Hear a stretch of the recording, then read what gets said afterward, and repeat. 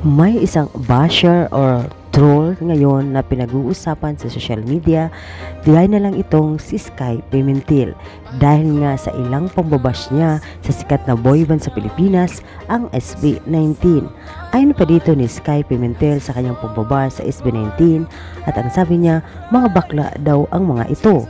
Ayon pa sa kanyang post ay bulbul yung SB19, huwag nyo na yang isama sa basura mga bading na yan, ha ha ha.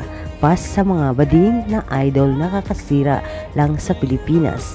Sino nga ba ang nagsabi sa iyo na ang SB19 ay mga bakla? Mukha yatang ikaw ang bakla.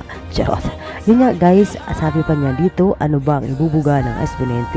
Yung mga baklang mga yan. Ito guys, talagang kalawat ka na ang kanyang pagbabash dito sa SB19. Kaya naman guys, umaksyon na ang ilan sa mga solid fans ng mga SB19 at hinahanap na ito sa social media.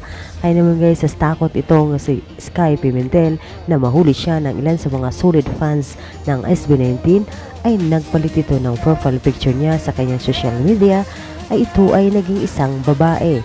Pinalitan niya ang kanyang pictures mula sa kanyang profile, ito ay ngayon ay isang babae na. Pero kahit anong gawin mo ay talagang mahuhuli ka ng ilan sa mga solid fan ng isang SB19 dahil nga hindi niya palalagpasin ang ginawa mo dahil nga pinupost mo sila na hindi naman sila nang aano sa'yo. Kaya naman humanda ka ngayon sa ilan sa mga fans ng SB19 dahil nga habulin ka dahil sa pagsasabi mong mga bakla ito. Wala kang karapatan dahil nga hindi mo naman sila kilala. Kung ikaw ay naiinggit ay huwag ka nang painggit dahil hindi ka naman sikat gaya ng SB19. Ilan po guys ang updates. Maraming salamat sa inyong lahat.